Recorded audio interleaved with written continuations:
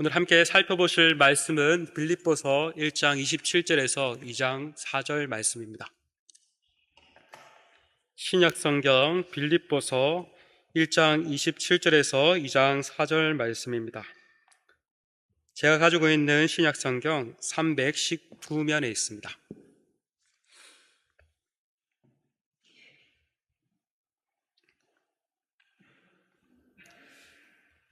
다 찾으셨으면 함께 교독하시겠습니다. 제가 먼저 27절 읽겠습니다. 오직 너희는 그리스도의 복음에 합당하게 생활하라. 이는 내가 너희에게 가보나 떠나 있으나 너희가 한 마음으로 서서 한 뜻으로 복음의 신앙을 위하여 협력하는 것과 무슨 일에든지 대적하는 자들 때문에 두려워하지 아니하는 이 일을 듣고자 함이라. 이것이 그들에게는 멸망의 증거요 너에게는 구원의 증거니 이는 하나님께로부터 그리스도를 위하여 너에게 은혜를 주신 것은 다만 그를 믿을 뿐 아니라 또한 그를 위하여 고난도 받게 하려 하심이라. 내게 그와 같은 싸움이 있으니 내가 내 안에서 본 바요 저도 내 안에서. 그러므로 그리스도 안에 무슨 겉면이나 사랑의 무슨 위로나 성령의 무슨 교제나 긍휼이나 자비가 있거든 마음을 같이하여 같은 사랑을 가지고 뜻을 합하여 한 마음을 아무 일에든지 다툼이나 허영으로 하지 말고 오직 겸손한 마음으로 각각 자기보다 남을 낮게 여기고 각각 자기의 일을 돌볼 뿐더러 또한 각각 다른 사람의 일을 돌보아 나의 기쁨이 충만하게 하라. 아멘. 오늘은 복음에 합당한 생활이라는 제목으로 하나님 말씀 살펴보겠습니다. 바울은 빌립보 교회를 향해 오늘 본문 27절을 보니 오직 너희는 그리스도의 복음에 합당하게 생활하라라고 말을 합니다. 여기서 나오는 몇 가지 단어를 함께 살펴보길 원합니다. 먼저 오직이라는 단어가 나오죠. 이것은 이렇게 살아도 되고 안 살아도 된다는 말이 아닙니다. 오직, 반드시, 항상 이렇게 살아야 한다는 말입니다. 성도라면은 복음에 합당하게 생활해야 한다라는 말입니다. 그런 뒤에 합당하게라는 단어를 살펴봅시다. 합당하게에 해당하는 헬라어 단어는 무게가 같다라는 의미를 가지고 있습니다. 이 뜻을 잘 이해하시려면 양팔 저울을 떠올리시면 됩니다. 요즘은 대부분 디지털 저울로 무게를 측정하지만 예전에는 양팔 저울을 사용했습니다. 예를 들어서 고기 한 근을 재고자 할 때 접시 한쪽 접시에는 한 근에 해당하는 추를 올려놓고 다른 쪽에 고기를 올려놓습니다. 만약 고기의 무게가 한 근보다 많거나 적으면 양팔 저울의 균형이 맞지 않습니다. 그래서 많으면은 덜어내야 하고 또 적으면은 더 올려야 합니다. 그렇게 해서 이제 균형을 맞춥니다. 바울이 말하는 복음에 합당하게 살아라라는 말도 이와 같습니다. 저울의 한쪽에는 복음이 있고 한쪽에는 우리의 삶이 있습니다. 바울은 이렇게 말을 합니다. 복음의 무게와 같이 살아라. 복음에 일치되는 삶을 살아라. 복음의 균형을 이루는 삶을 살아라. 복음에 걸맞는 삶을 살아라 라고 말을 한 것입니다. 또 이어서 함께 살펴볼 단어는 생활하라입니다. 이 말의 원어의 의미는 시민으로 살아라입니다. 바울 당시 빌립보는 지리적으로는 마게도냐, 오늘날의 그리스 북부 지역에 속했지만 행정적으로는 로마에 속했습니다. 빌립보는 로마의 식민지였습니다. 그래서 빌립보 사람들은 로마의 법을 따랐고 로마의 생활 양식을 따랐습니다. 또한 로마의 시민권을 부여받았습니다. 당시 로마는 대제국이었습니다. 당시 로마 사람들은 자신들이 로마 시민임을 대단히 자랑스럽게 여겼습니다. 로마의 시민권을 얻은 빌립보 사람들 또한 마찬가지였습니다. 자신들이 로마의 시민으로서 자부심이 대단했습니다. 바울은 이것을 신앙으로 가져와서 이렇게 말을 한 것입니다. 빌립보 성도들아, 너희가 로마의 시민으로서 로마법을 지키며 로마 시민에 걸맞게 행동하지 마찬가지로 너희는 하나님 나라 백성의 시민이야. 천국 시민이야. 너의 시민권은 하늘에 있어. 그러니 천국 시민답게 살아라. 천국 시민답게 행동해라 라는 말입니다. 한번 정리를 해볼까요? 바울은 빌립보 성도들을 향해 오직 이렇게 살아도 되고 살지 않아도 되고가 아니라 반드시 그리스도의 복음에 합당하게 복음과 삶이 일치되게 생활해라. 천국 시민답게 살아라 라고 말을 합니다. 이것이 빌립보 교회를 향한 바울의 명령입니다. 그렇다면 어떻게 하는 것이 복음에 합당하게 생활을 하는 것일까요? 바울은 이어서 복음에 합당한 삶을 세 가지로 제시합니다. 오늘 그것을 함께 살펴보길 원합니다. 먼저 첫째, 복음에 합당한 삶은 언제나 하나됨을 이루는 것입니다. 바울은 오직 너희는 그리스도의 복음에 합당하게 생활하라라고 말을 한 뒤에 바로 이어서 이렇게 말을 합니다. 이는 내가 너에게 가보나 떠나 있으나 너희가 한 마음으로 서서 한 뜻으로 복음의 신앙을 위하여 협력하는 것과. 바울은 내가 너희와 함께 있든지 떠나 있든지 그것과 상관없이 언제나 한 마음과 한 뜻으로 복음을 위해 협력하라라고 말을 합니다. 여기서 협력하라라는 말은 운동 경기에서 한 팀이 되어 함께 싸우는 것을 뜻합니다. 축구, 야구, 농구와 같은 단체 운동 경기에서 가장 중요한 것은 팀워크, 하나됨입니다. 아무리 선수 개인의 기량이 뛰어나다 해도 팀원 모두가 하나됨을 이루지 않으면 한두 번 정도는 이길 수 있지만 결코 우승을 할 수 없습니다. 반면 비록 스타 플레이어가 없더라도 팀원 모두가 똘똘 뭉쳐 하나가 된다면 놀라운 일이 일어나죠. 다양한 악기로 구성된 간현악단도 마찬가지입니다. 지휘자를 중심으로 다양한 악기가 하모니를 이루는 것이 중요합니다. 악기는 다르지만 하나의 음악을 연주해야 합니다. 그런데 바이올린 주자가 자신의 실력을 뽐내기 위해서 지휘자도 보지 않고 자기 마음대로 연주를 한다라고 생각을 해보십시오. 그렇게 되면 어떻게 되겠습니까? 그 한 사람으로 인해서 그 모든 연주가 다 깨어져 버릴 것입니다. 연주가 망쳐버리는 결과를 가져올 것입니다. 다른 모든 일도 마찬가지죠. 요즘 기업에서 요구하는 인재상이 무엇인지 아십니까? 팀원들과 잘 융화될 수 있는 사람이라고 합니다. 요즘 부쩍 4차 혁명 시대라는 말을 종종 듣게 되는데 4차 혁명 시대에 꼭 필요한 인재는 문제 해결력과 창의력은 기본이고 이에 더해서 다른 사람과 소통할 수 있는 능력, 다른 사람과 함께 일을 할 수 있는 능력이 요구된다고 합니다. 이처럼 우리가 살아가면서 행하는 많은 일들이 하나됨 없이 제대로 이루어지지 않습니다. 나 혼자 잘해서 할 수 있는 일이 얼마나 되겠습니까? 거의 없습니다. 그런데 우리의 문제는 무엇입니까? 하나됨을 이루는 것을 싫어합니다. 끊임없이 다투고 분열합니다. 빌립보 교회 안에서도 이러한 문제가 있었던 것 같습니다. 4장 2절에서 바울은 유오디아와 순두개를 향하여, 순두부로 읽으시면 안 됩니다. 순두개입니다. 네. 이들은 빌립보 교회의 여자 성도들입니다. 바울은 유오디아와 순두개를 향하여 주 안에서 같은 마음을 품어라 라고 권면을 합니다. 그들에게 이렇게 권면을 했다는 것은 그들 사이에 뭔가 갈등과 다툼과 분열이 있었음을 의미합니다. 그렇기 때문에 한 마음과 한 뜻을 품으라고 권면하였던 것입니다. 또한 고린도 교회도 마찬가지였죠. 고린도 교회는 나는 바울파, 나는 아볼로파, 나는 베드로파, 나는 그리스도파 하면서 서로 나누어져서 분쟁하고 시기하였습니다. 그래서 바울은 그 고린도 교회를 향해서도 한 마음과 한 뜻으로 하나가 되어라고 권면을 하지 않았습니까? 이처럼 많은 사람들은 모이면 서로 시기하고 질투하고 비방하고 비난하고 다투고 나누어집니다.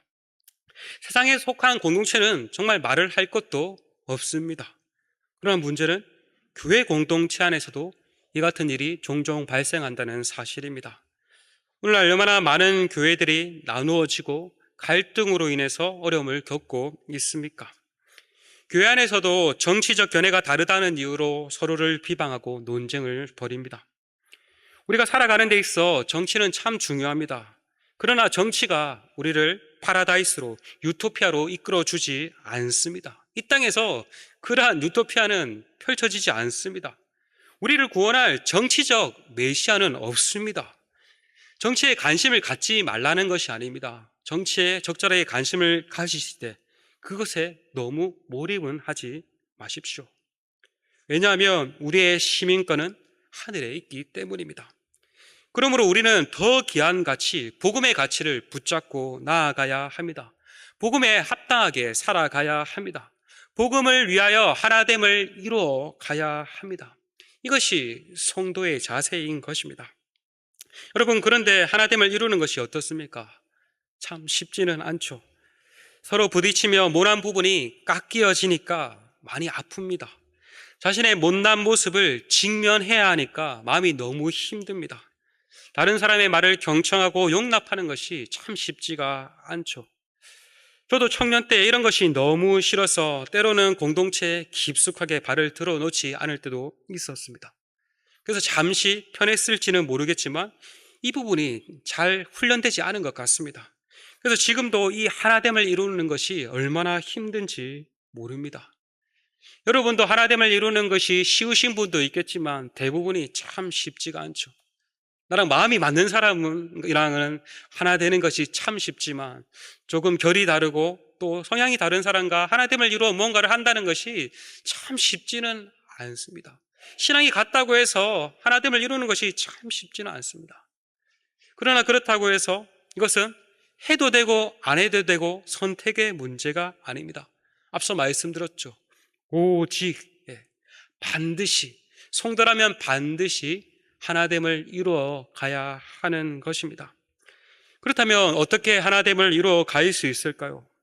그것은 바로 하나됨의 원형인 삼위일체 하나님을 바라봄으로 가능합니다. 예수님께서도 대제사장적 기도라고 불리는 요한복음 17장에서 이렇게 기도하셨습니다. 제가 읽겠습니다. 요한복음 17장 21절에서 22절입니다. 아버지여, 아버지께서 내 안에 내가 아버지 안에 있는 것 같이 그들도 다 하나 되어 우리 안에 있게 하사 세상으로 아버지께서 나를 보내신 것을 믿게 하옵소서. 내게 주신 영광을 내가 그들에게 주었사오니 이는 우리가 하나 된 것 같이 그들도 하나가 되게 하려 함이니이다. 예수님과 하나님은 본질이 같으신 한 하나님이십니다. 그러나 구별된 위격을 가지고 계십니다. 성부, 성자, 성령님은 하나님이시지만 구별되십니다.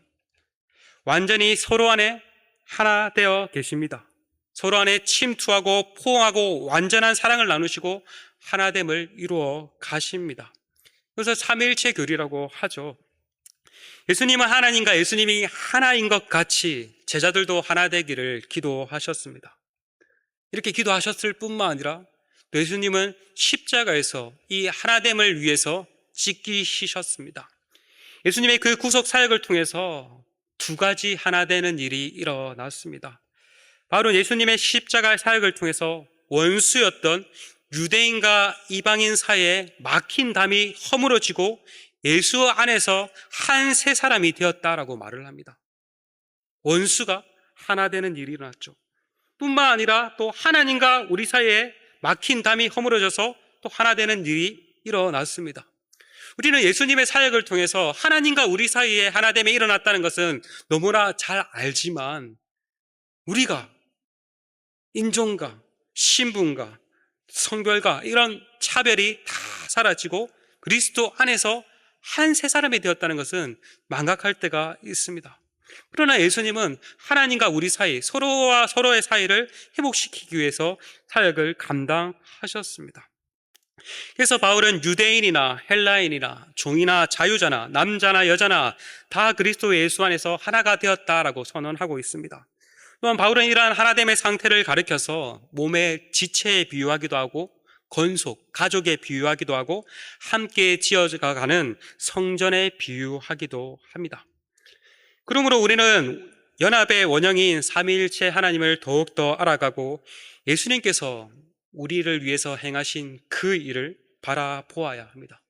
그럴 때 우리는 하나됨을 이루어 갈 수 있습니다. 여러분, 예수님을 바라봄으로써 하나됨을 이루어 가길 소망합니다.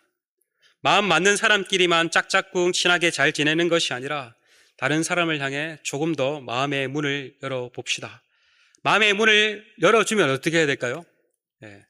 받아줘야겠죠. 문을 열고 또 받아줘야 하겠죠. 교회 안에서 또 어떤 일을 한다고 하면 어떻게 해야 될까요? 함께 힘을 모아야 합니다. 내가 안 하더라도 누군가가 하겠지, 이래서는 안 됩니다. 그 누군가가 내가 되어야 합니다. 나는 이전에 다 해봤으니까 이제는 쉬어도 되겠지, 이렇게 해서도 안 됩니다. 우리는 주님 나라 가는 날까지 하나 되어 헌신해야 합니다. 바라기는 우리 모두가 이 바울의 겉면처럼 한 마음과 한 뜻으로 더욱 하나됨을 이뤄나가는 공동체가 되기를 소망합니다.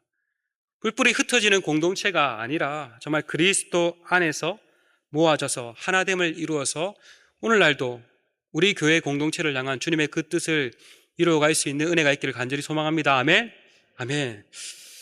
이어서 바울은 둘째, 복음에 합당한 삶은 두려워하지 않는 것이라고 말을 합니다. 28절에서 무슨 일이든지 대적하는 자들 때문에 두려워하지 아니하는 이 일을 듣고자 함이다라고 말을 합니다.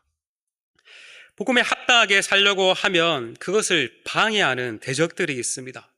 빌립보 교회도 그러한 대적들의 위협이 있었던 것 같습니다. 믿음을 무너뜨리고 거짓된 가르침을 전파하는 자들이 있었기 때문입니다. 이들 배후에는 악한 영, 곧 사탄, 마귀의 세력이 존재했습니다. 여러분은 이러한 영적 실체가 존재한다고 믿고 계십니까? 성경은 하나님도 살아 계시고 사탄 역시 존재한다라고 말을 합니다. 바울은 사탄은 우는 사자와 같이 삼킬 자를 찾는다라고 말을 합니다. 우리가 그리스도를 믿기 전에는 사탄과 한 통속이었습니다. 사탄의 자식들이었습니다. 그러니 그때에는 사탄의 표적이 아니었습니다. 한 통속이었기 때문에 더 이상 사탄의 표적이 아니었습니다. 그러나 우리가 그리스도를 믿음으로 말미암아 믿음 안에 들어온 뒤에 어떻게 됩니까? 이제는 사탄이 호시탐탐 노리는 사탄이 표적이 되었습니다. 사탄은 끊임없이 우리의 신자들을 공격합니다. 사탄은 때로는 핍박으로, 때로는 해유 정책으로 다양한 정책을 펼치면서 우리를 유혹합니다. 사탄하면 우리는 흔히 뿔 달고 나타난다라고 생각을 하는데 그것이 아닙니다. 성경은 강명한 천사의 모습으로 나타나 우리를 또 유혹한다라고도 말을 하지 않습니까? 오늘날에는 사탄은 미디어를 통해서, 문화를 통해서 우리의 믿음을 야금야금 무너뜨리는 것 같습니다. 이러한 시대에 우리가 천국 시민으로 살아간다는 것이 얼마나 힘듭니까?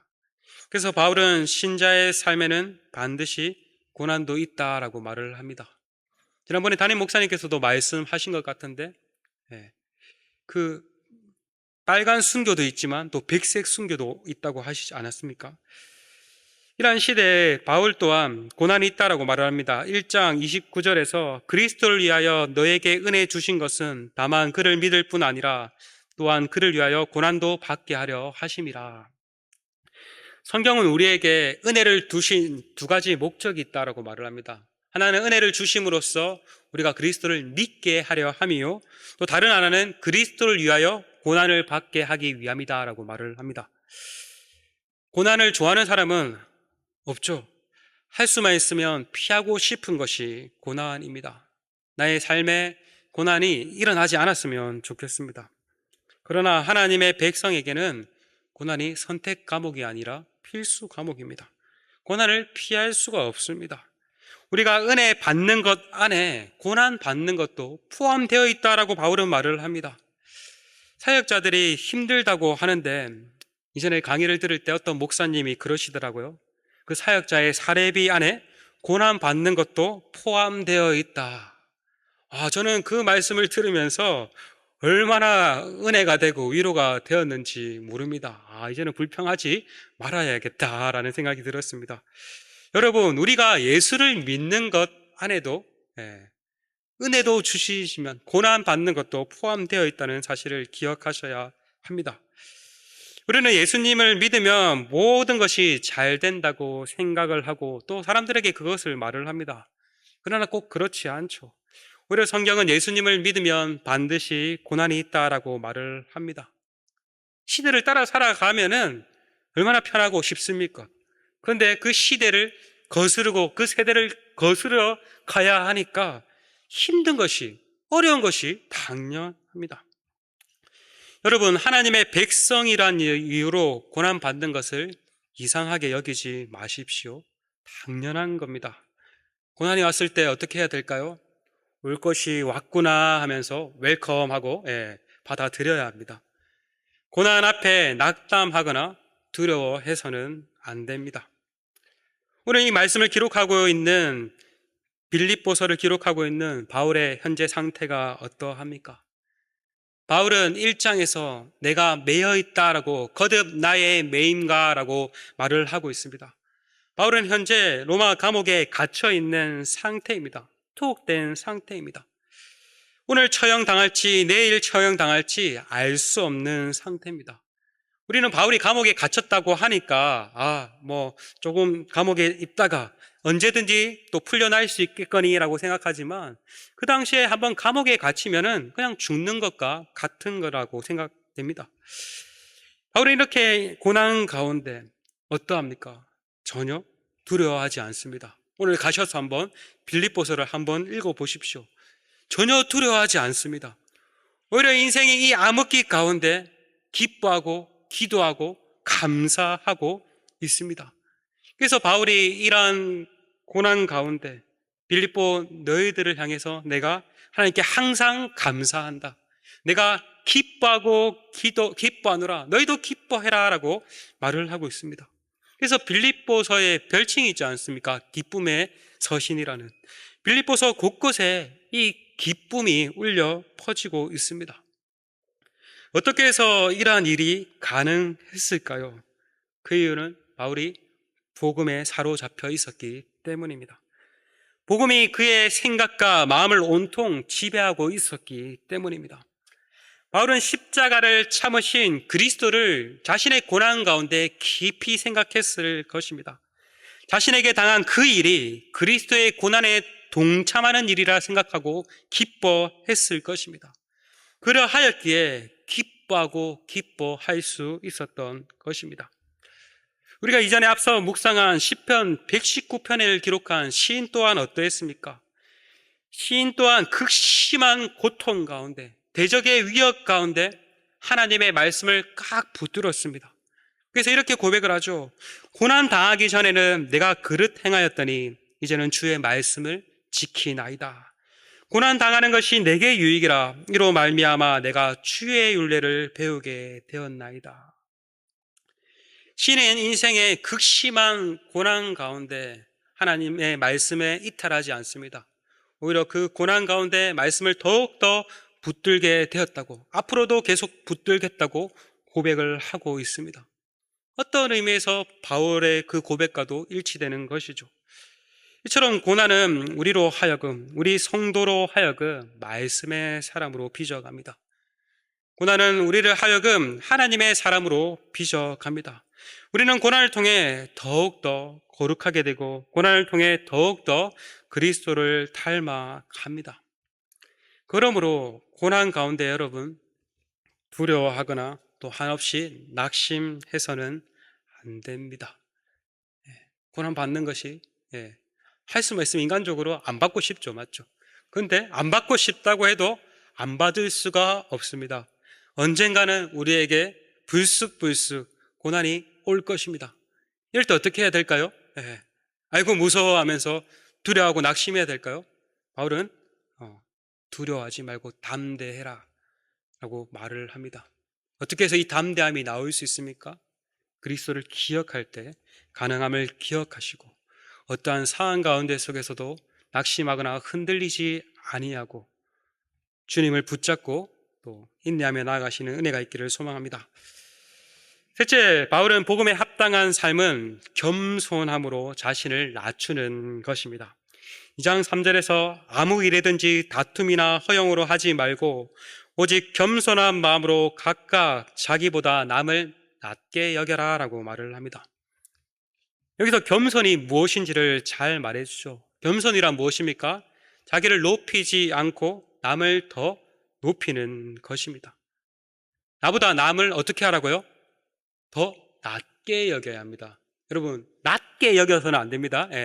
우리는 항상 낮게 여기죠, 남을. 이 낮게 여기는 게 아니라 더 낮게 여겨야 합니다. 예. 남보다 자신을, 남을 자신보다 더 낮게 여기면 이게 뭡니까? 이게 겸손 반대 교만이죠. 겸손은 공동체를 잘 세우지만 교만은 공동체를 무너뜨립니다. 그래서 C.S. 루이스는 죄 중에서 가장 큰 죄가 있는데 그것은 바로 교만이라고 말을 했습니다. 인류의 첫 번째 죄도 하나님과 같아지려는 교만에서 시작되었습니다. 그 교만 때문에 에덴에서 평화 공동체가 깨어졌습니다. 여러분, 우리는 어떻습니까? 누가 아담의 후손이 아니라 할까봐 정말 교만하죠. 은근히 자신은 괜찮은 사람, 쓸만한 사람이라고 증명하려고 합니다. 은근히 남들을 비방하고 깔봅니다. 내가 최고지, 내 생각과 내 의견이 무조건 옳지라고 주장을 합니다. 굽히는 법이 없습니다. 모두가 다 일하니 어떻습니까? 다툼이 일어나고 분열이 일어나는 것입니다. 공동체가 세워지기는 많은 힘이 필요합니다. 오랜 시간이 걸립니다. 그러나 무너지는 것은 한순간이죠. 어떻게 무너집니까? 다 자신이 잘났다고 하면은 무너지는 것입니다. 그래서 여러분, 공동체의 하나님을 위해서 또 우리에게 필요한 것은 겸손이라고 할 수 있습니다. 바울은 겸손할 것을 거듭 말을 하고 있습니다. 다툼이나 허영으로 하지 말고 오직 겸손한 마음으로 서로를 돌보며 낮게 여겨라 라고 말을 합니다. 그런데 이 겸손의 모델을 제시합니다. 그가 바로 예수 그리스도입니다. 예수님이야말로 최고의 겸손의 모델이다. 이 예수 그리스도의 마음을 품어라 라고 말을 합니다. 오늘 본문 이후에 나오는 2장 5에서 8절입니다. 우리 다 같이 함께 읽어보시겠습니다. 시작. 너희 안에 이 마음을 품으라. 곧 그리스도 예수의 마음이 그는 근본 하나님의 본체이시나 하나님과 동등됨을 취할 것으로 여기지 아니하시고 오히려 자기를 비어 종의 형체를 가지사 사람과 같이 되셨고 사람의 모양으로 나타나사 자기를 낮추시고 죽기까지 복종하셨으니 곧 십자가에서 죽으심이라.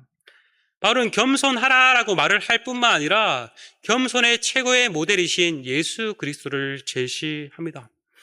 예수님은 근본, 곧 처음부터 영원 전부터 하나님의 본체, 곧 하나님이셨습니다. 그런 하나님이 동등됨을 취할 것으로 여기지 아니하시고 자기를 비웠다라고 말을 합니다. 하나님으로 가지신 모든 영광과 모든 존귀와 모든 권세를 다 비우셨습니다. 자기를 비워서 어떻게 하셨다라고 말합니까? 종의 형체를 가지사 사람이 되셨다라고 말을 합니다. 하나님이 사람이 되신 엄청난 낮아지심이죠. 뿐만 아닙니다. 예수님께서는 사람이 되셨을 뿐만 아니라 철저히 자신을 낮추셨습니다. 이 땅에서 질고 받으시고 고난받는 삶을 사셨을 뿐만 아니라 십자가에서 자신을 완전히 낮추사 십자가에서 죽으셨습니다. 예수님께서의 십자가에서 죽으심은 예수님의 낮아지심의 클라이막스입니다. 바울은 빌립보 교회가 낮아지신 이 예수님을 생각함으로 너희들 또한 낮아지길, 겸손하기를 소망하였습니다. 여러분, 예수님께서 우리에게 겸손이란 무엇인지 겸손의 본을 보여주셨습니다. 예수님은 지극히 높으신 하나님이셨지만 지극히 낮아지사 십자가에서 죽으셨습니다. 예수님의 그 십자가는 겸손의 극치입니다. 아마도 바울은 자신 또한 날마다 이 예수님의 그 십자가 앞에서 자신을 낮추었을 것입니다. 뿐만 아니라 빌립보 교회 성도들을 향해서 너희들도 날마다 낮아지신 그 예수님의 십자가를 기억함으로 서로 겸손하라라고, 겸손하기를 힘써야 한다라고 말을 합니다. 뿐만 아니라 또 날마다 성령의 도우심 가운데 우리는 교만한 모든 것들을 무너뜨리고 겸손함으로 나아가야 합니다. 여러분, 날마다 일어나면은 우리 가운데 교만함이 불쑥불쑥 올라옵니다. 그럴 때 우리는 주님을 더 묵상하고 더 낮아져서 다른 지체들을 섬김으로 나아가야 할 것입니다. 이제 말씀을 정리하겠습니다. 바울은 오늘 본문에서 복음에 합당한 생활을 하라라고 말을 합니다. 복음과 일치되는 삶, 복음 따로 삶 따로가 아니라 복음과 균형을 맞추는 삶을 살아라고 말을 했습니다. 그것이 무엇입니까? 첫 번째는 제가 세 글자로 요약을 해봤습니다. 첫 번째는 하나됨을 이루는 것이며, 두 번째는 담대한 것이며, 세 번째는 겸손한 것이라고 할 수 있습니다. 일은 쉽지 않습니다. 그러나 어떻게 이 일이 가능하겠습니까? 모든 것을 그리스도의 중심적으로 할 때 이 일이 가능합니다. 우리가 어떻게 하나됨을 이룰 수 있습니까? 십자가에서 하나됨을 이루신 그리스도를 기억할 때 우리는 그리스도 안에서 참된 하나됨을 이룰 수 있습니다. 어떻게 우리는 두려워하지 않고 담대할 수 있습니까? 고난 가운데 십자가를 끝까지 참으시고 담대하게 나가신 그 그리스도를 기억할 때 우리는 담대할 수 있습니다. 어떻게 우리가 겸손할 수 있습니까? 끝까지 낮아지신 그리스도를 기억할 때 우리는 겸손할 수 있습니다. 뿐만 아니라 또 우리를 도우시는 분이 계십니다. 바로 성령님이십니다. 성령님께서는 우리를 하나로 연합하시고 우리가 어떠한 상황 가운데 담대할 수 있도록 이끌어 주시고 날마다 우리를 겸비케 하시는 분이십니다. 그렇기 때문에 우리는 날마다 그리스도를 바라보며 성령의 도우심 가운데 이렇게 복음에 합당한 삶을 살아갈 수가 있는 것입니다. 제가 앞서 말씀드렸죠. 이 일이 해도 되고 안 해도 되는 일이 아니라 오직 성도라면은 마땅히 해야 될 일입니다. 간절히 바랍기는 정말 장유 호산나 교회 지체된 우리 모두 정말 이 바울의 겉면을 기억하면서 이번 한 주간도 이 말씀을 적용하기를 힘쓰며 주님 오시는 그날까지 복음에 합당한 생활을 하시는 우리 모두가 되시길 간절히 소망합니다.